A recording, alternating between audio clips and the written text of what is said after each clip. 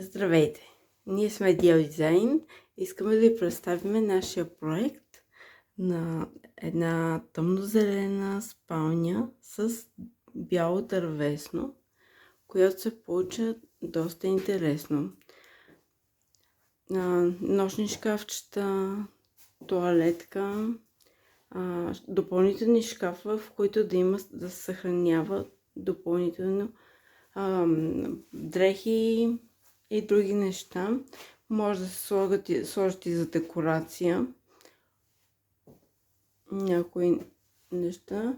Всичко се отваря.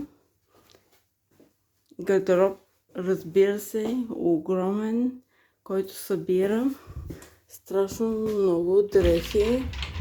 Съответно има и от едната страна, и от другата страна на места за качалки, а по средата се отваря и може да се гледа телевизия спокойно. Телевизор все още го няма.